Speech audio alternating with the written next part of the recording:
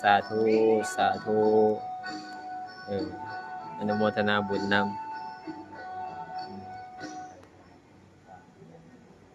อันนี้ปู่เป็นข้ามบุญกุศลไหวตอนยังเป็นมนุษย์อยู่สมาทานพระโพธิ์สิงห์บอกขาด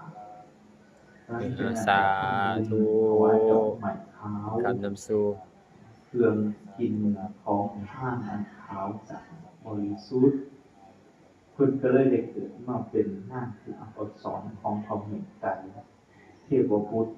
ที่มีสวรรค์สันตุสิจาหรือว่าสันตุสิมีเครื่องขาวงามรัศมีขาวงาม พุทโธธัมโมสังโฆอันวัดเทวดาที่เป็นบริวารที่มีเกิด ขออนุโมทนาบุญอนุโมทนากุศลเจ้าภาพเจ้าศรัทธาญาติโยมมาถวายเครื่องได้จะทำเพื่อประกอบในการรวมบุญตอนทำของครูบาอาจารย์คณะของครูบาอาจารย์จากประเทศไทยโดยมีพระเดชพระคุณพระอาจารย์ราวีจารุวรรณโนเป็นประธานนำครูบาอาจารย์ญาติโยมมาเยี่ยมมายามญาติโยมทั้งภาคลาวเฮาวันนี้เป็นงานวันนี้วันเด็กไพพรถวายน้ำดื่ม10 แพ็คอากาศเนี่ยก่อนกระดาษทิชชู่อีก2 ก็ร่วมปัจจัย900,000930,000 กีบพอเปิดถวายพระใจอีก500,000 กี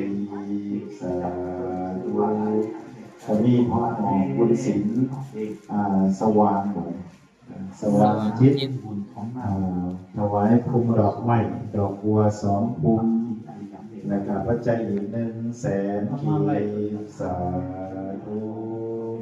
แล้วก็นี่แม่ขันธรีธีระวงศ์ผมถวายพระใจอีก100,000 กีบสาธุแล้วก็ขอจงเป็นก็ยิ่งกว่าการสั่ง โดยการนี่แมวทิกันดาคุณอังสา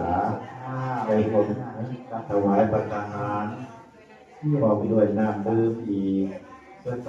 น้ำดื่มอีก5 แพ็คพร้อมด้วยปัตตาหารและขอสาธุอนุโมทนาบุญอนุโมทนากุศลกับเจ้าภาพเจ้าศรัทธาทุกท่านทุกคน